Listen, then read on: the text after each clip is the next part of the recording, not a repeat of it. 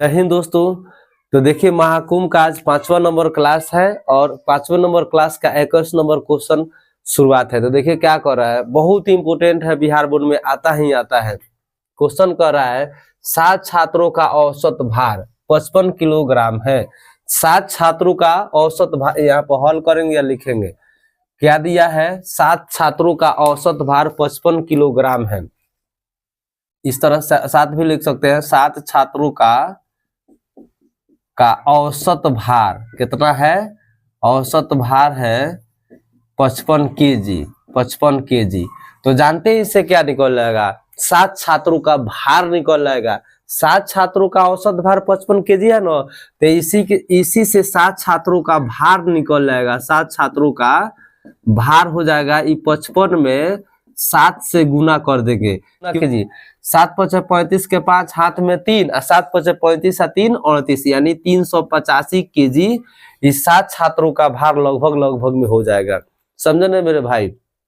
अब देखिए जिसमें से 6 गो छात्रों का भार, यहाँ पर लिखना जरूरत नहीं है, जिसमें से 6 छात्रों का भार क्रमशः 52, 58, 55, 53, 56 और 55 किलोग्राम है। तो 7वें छात्र का भार पूछा गया है। तो यहाँ पर लिखिएगा 6, इस तरह लिखिएगा 6 छात्रों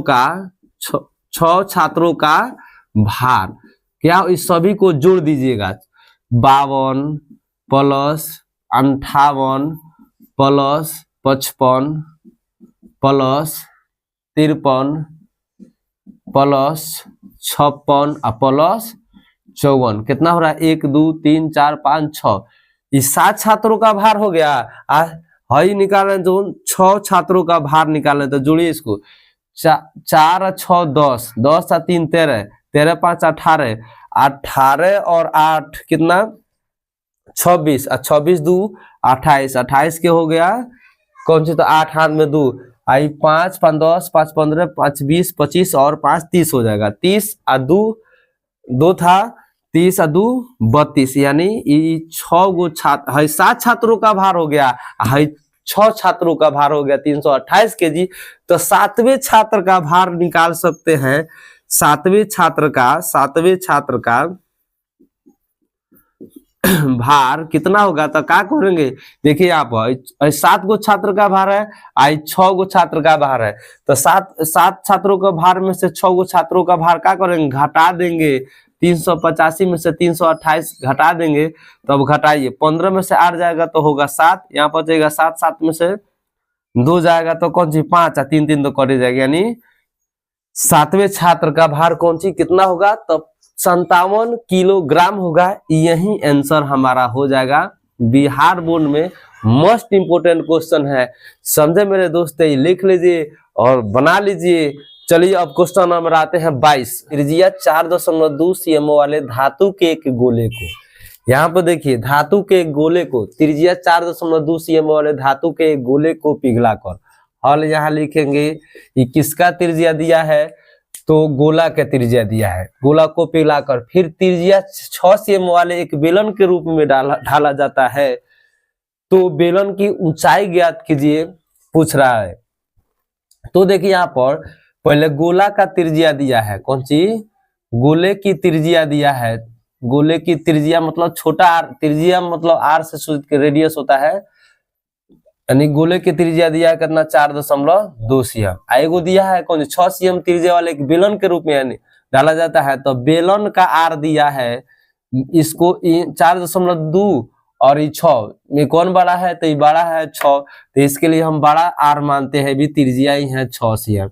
तो पूछा गया है क्या, तो बेलन का ऊंचाई पूछा गया है, तो बेलन का h बराबर हो गया वाट, यही पूछा गया है। तो देखिए त्रिज्या 4.2 cm वाले धातु के गोले को मैंने गोला के पिघला के अब बना दिया जाता है कौन सी, बेलन। तो दोनों का वजन यानी दोनों का आयतन का होगा बराबर होगा। तो अब यहाँ पर लिखेंगे, कोनो आगे लिख सकते हैं, कोनो बाद में लिख सकते हैं, पर लिख देते हैं गोला ना पिघलाया जाता है, तो लिखेंगे गोले का आयतन बराबर बेलन का आयतन, गोले का आयतन बराबर बेलन का आयतन। अब गोला का आयतन का फॉर्मूला याद कर लीजिए, अगर ना याद है तो पक्का आएगा ही आएगा बिहार बोर्ड में। गोला का आयतन का फॉर्मूला होता है 4/3 पाई, इसका छोटका आर माने तो पाई 4/3 पाई आर क्यू। अब बेलन का आयतन का फॉर्मूला होता है कौन जी, पाई आर स्क्वायर एच होता है तो पाई, लेकिन इसका आर मान है कौन जी, बड़का आर स्क्वायर हो जाएगा, तब हो जाएगा कौन G H, pi R square H.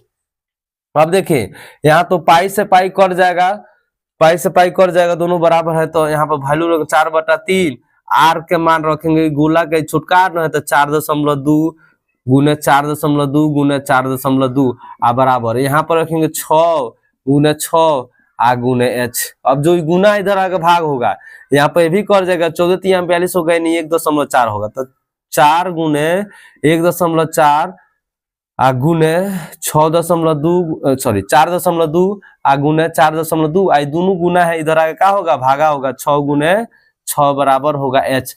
हम इधर लिख रहे हैं, आप कॉपी में नीचे लिखिएगा तब आपको फुल मार्क्स मिलेगा। देखिए कटेगा 6 सतह 42 और दशमलव एक अंक के बाद तो दशमलव एक डालेंगे, फिर 6 सतह 42 और दशमलव एक अंक के बाद तो एक अंक के बाद दशमलव डाल देंगे, गुना करेंगे 14 चौका 56, 14 चौका है 4 14 या 14 चौका 56 यहाँ पर लिख देंगे, एक दशमलव के बाद एक अंक के बाद दशमलव बैठा देंगे, गुने 7 सतह हो जाएगा 49, इसमें एक अंक 2 अंक के बाद दशमलव बैठा देंगे बराबर। चाहे तो अब डायरेक्ट 4 से 14 में गुना, फिर आएगा जितने 7 से गुना, फिर जितना आएगा उतने 7 से गुना करके लिख देंगे, जो जैसी आपकी मर्जी वैसी कर दीजिएगा, ठीक है। अब 56 में 49 से गुना करके 2 एक 3 अंक के बाद दशमलव बैठा दीजिएगा, तो गुना कीजिए। यहाँ पर हम रफ कर रहे हैं 56 में 49 से गुना कर रहे हैं, 9 6 54 के 4 हाथ में 5 9 5 45, 9 5 45 और 5 50 होगा, ये 4 से 4 6 24 के 4 हाथ में 2 और 6 चौका 24 2 22 होगा। अब जोड़ेंगे तो 4 होगा 4 5 2 7 और 2 दशमलव अंक के बाद 2 गो इधर एगो 3 अंक के बाद दशमलव बैठा देंगे, यानी 2.744 बराबर एच होगा। समझे मेरे भाई, या इसको लिखेंगे एच बराबर 2.744।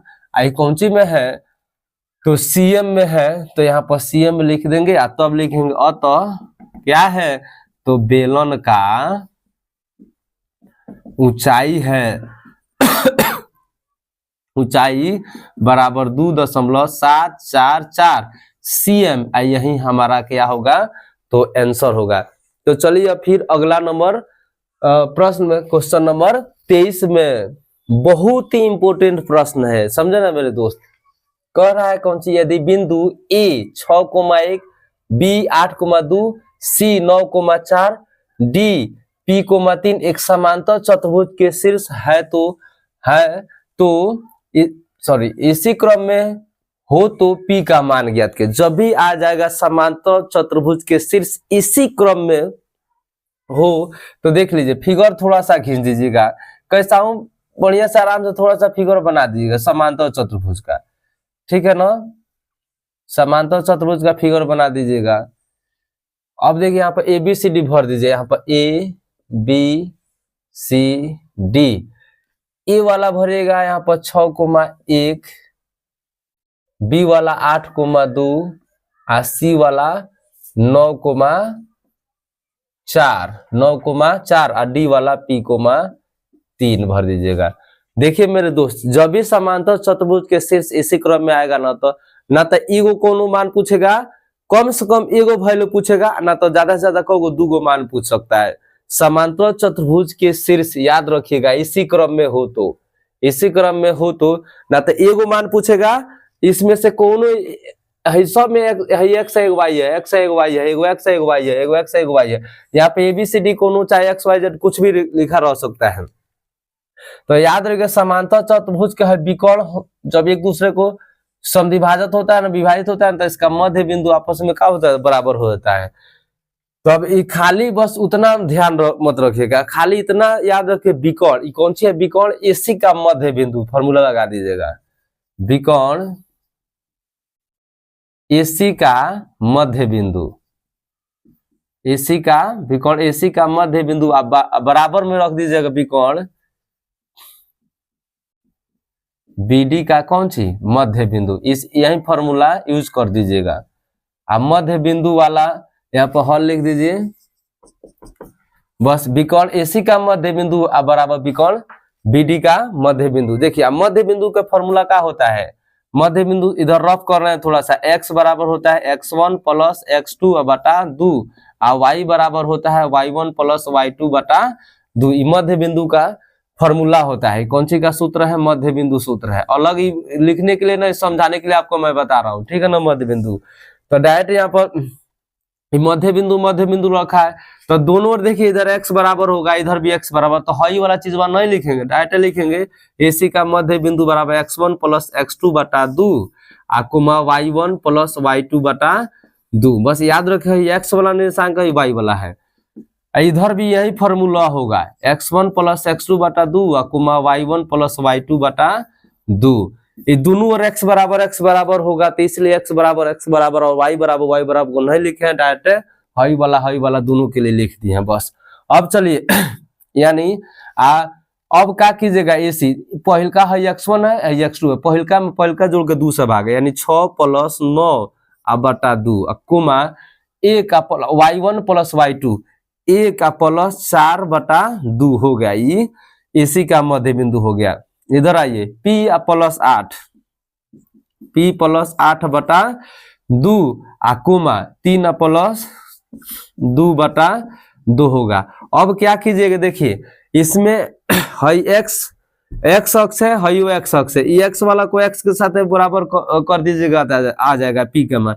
अगर इसमें भी वो अज्ञात कोण रहता ना तो ई वाला इसके साथ बराबर हो जाता, तो कौन सी चीज जो अज्ञात होता उसका मान आ जाता। तो जब यहाँ पर लिखिएगा तो हई बराबर करने की कोई आवश्यकता नहीं है, क्योंकि इसमें तो वैल्यू दिया है, तो हई x वाला x के साथ बराबर हो जाएगा। जब 6 प्लस 9 बटा 2 बराबर P या प्लस 8 बटा हो जाएगा कौन सी 2, नीचे 2 से 2 कट जाएगा, 9 6 15 होगा, 15 बराबर P या प्लस 8। इधर बना देते हैं थोड़ा, आप कॉपी में जब भी बनाइएगा तो नीचे बनाइएगा, तो आई 15 आई प्लस में 8 इधर आगे क्या होगा, माइनस में 8 बराबर P होगा, यानी 7 बराबर P होगा, घटेगा तो या P बराबर हो जाएगा कौन सी 7। यही हमारा P का मान हो गया।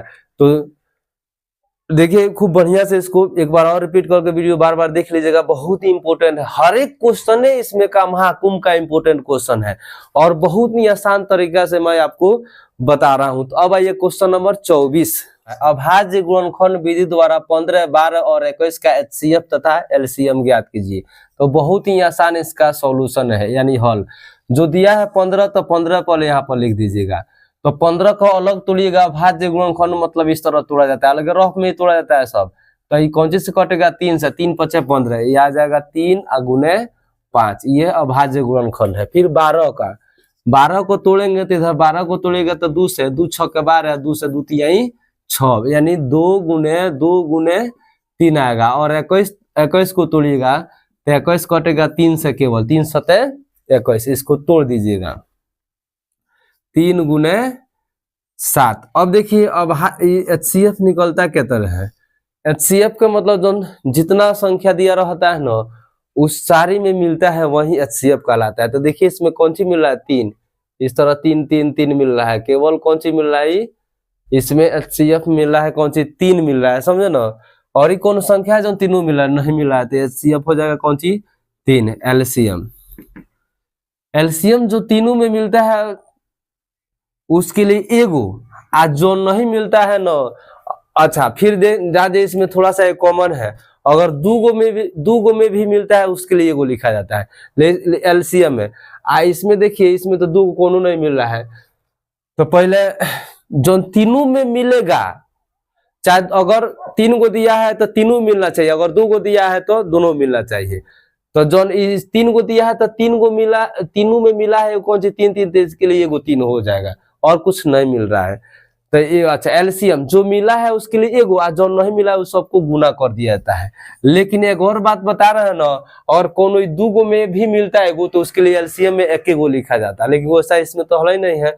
तो इसमें एगो मिला है तो 3 और नहीं मिला है 5 तो 5 लिख दिए, और 2 गो 2 नहीं मिला है तो ये भी 2 गो 2 लिख देंगे, एगो लिख देंगे 7। अब इसको गुना कीजिए, 3 5 15, 15 दूना 30, यहाँ तो हो गया कौन सी 30, 30 दूना 60, 60 में 7 से गुना करिएगा तो 420 आ जाएगा। तो यहाँ पर होगा 420, अतः यहाँ पर लिख दीजिएगा HCF बराबर 3 LCM बराबर 420। यही हमारा कौन सी हो गया आंसर हो गया। हर काम इसको रफ में कीजिएगा, अलग मेन ई चेक होगा। तो चलिए 25 नंबर क्वेश्चन देखिए, बहुत ही आसान है लेकिन इसको फॉर्मूला पर समझना पड़ेगा। देखिए किसका मान दिया है, मान दे दिया है केवल cot थीटा का, वो cot थीटा का मान दिया है 7/8। अब मान पूछ रहा है जो 1 प्लस साइन थीटा आई इंटू 1 माइनस साइन थीटा बटा 1 प्लस कॉस थीटा आई इंटू 1 माइनस कॉस थीटा का मान पूछ रहा है। तो समझे मेरे भाई, अगर यहाँ पर कॉट से साइन कॉस के मान निकाल के रखिएगा ना तो 2 पन्ना लग जाएगा, यानी 2 पेज लग जाएगा। तो देखिए ये बहुत ही आसान है, केवल फॉर्मूला आपको याद होना चाहिए। एक तो फॉर्मूला ई पहले ए प्लस बी आई इंटू ए माइनस बी बराबर हम लिख सकते हैं A square minus B square. A plus B into A minus B को क्या कह सकते हैं, A square minus B square. A के मान कुछ भी हो सकता है, बी का सॉरी एक, हाँ एक कुछ भी हो सकता है, एक के जब जरूरी नहीं ये आए, ए के जगह पर अंक भी रह सकता है, बी के जगह पर कुछ भी रह सकता है, बशर्ते जो यहाँ रहना चाहिए वहां वही संख्या यहाँ भी रहना चाहिए, मैंने वही चीज, और जो यहाँ रहना चाहिए वही यहाँ रहना चाहिए। बस डिफरेंस अंतर कौन सी का रहना चाहिए, यहाँ पर प्लस हो तो हाई कौन सी का हो, यहाँ पर माइनस हो, बस इस तरह रहना चाहिए। उसी तरह से हम देखिए एक है तो एक है, आई साइन है तो साइन है, बस यहाँ पर प्लस है तो माइनस है, यानी फॉर्मूला मिल गया। इसको हम लिख सकते हैं A square minus B square. तो यहाँ पर एक के स्क्वायर लिखेंगे माइनस साइन के स्क्वायर, और वही बतिया सेम नीचे दिया है, तो ए के स्क्वायर माइनस बी स्क्वायर मतलब कॉस स्क्वायर। तो एक स्क्वायर एक साइन स्क्वायर को इसी तरह साइन स्क्वायर रख दीजिएगा, एक स्क्वायर एक माइनस कॉस स्क्वायर है तो कॉस स्क्वायर थीटा। चाहे डायरेक्ट हई स्टेप ना लेके डायरेक्ट ये भी लिख सकते हैं, एक स्क्वायर एक होगा तो ये भी डायरेक्ट हई हटा ये भी लिख सकते हैं, ठीक है ना। अब देखिए एक और फॉर्मूला होता है स्क्वायर में, साइन स्क्वायर थीटा जो कॉस स्क्वायर थीटा बराबर 1 होता है। तो यहाँ पर देखिए साइन स्क्वायर थीटा बराबर 1 माइनस हो जाएगा कौन सी, कॉस स्क्वायर थीटा, और कॉस स्क्वायर थीटा बराबर हो जाएगा 1 माइनस कौन सी, साइन स्क्वायर थीटा। तो देखिए यहाँ पर 1 माइनस साइन स्क्वायर थीटा आ गया है, तो इसके बदले हम कौन सी लिख सकते हैं, तो कॉस स्क्वायर थीटा लिख सकते हैं। और फिर 1 माइनस कॉस स्क्वायर नीचे आए तो उसके बदले क्या लिख सकते हैं, तो साइन स्क्वायर थीटा लिख सकते हैं। एक और फॉर्मूला होता है साइन थीटा बटा कॉस थीटा बराबर, उल्टा में इसको हम टेन थीटा लिखते हैं, साइन बटा कॉस मिलाएगा तो कौन सी लिखते हैं, टेन। अच्छा, कॉस थीटा बटा साइन रहे तो इसको हम लिख सकते हैं कौन सी, कॉट थीटा। तो देखिए यहीं पर यहाँ पर स्क्वायर है तो यहाँ पे स्क्वायर रह सकता है, क्यूब हो तो क्यूब हो सकता है। तो देखिए कॉस बटा साइन है, कॉस बटा साइन, कॉस बटा इधर हम आप नीचे लिखेगा, हम इधर लेके बताते हैं। कॉस बटा साइन को हम कॉट लिख सकते हैं, लेकिन यहाँ पे स्क्वायर है तो कॉट स्क्वायर थीटा। अब देखिए ना कितना आसान हो गया। हई फॉर्मूला ये आपको दिमाग में रखना है, कॉपी में नहीं लिखना है, बस दिमाग में रख लीजिए तो बनाएगा। आपको समझाने के लिए इधर मैं रफ काम कर दिया हूँ, ठीक है ना। तो अब देखिए यहाँ पर कॉट कॉट थीटा का मान दिया है 7/8, इधर स्क्वायर है तो स्क्वायर कर देंगे, 7 के स्क्वायर 49, 8 के स्क्वायर 64, यही हमारा आंसर हो गया। आशा करता हूँ समझ में आया होगा। फिर मिलते हैं अगले दिन।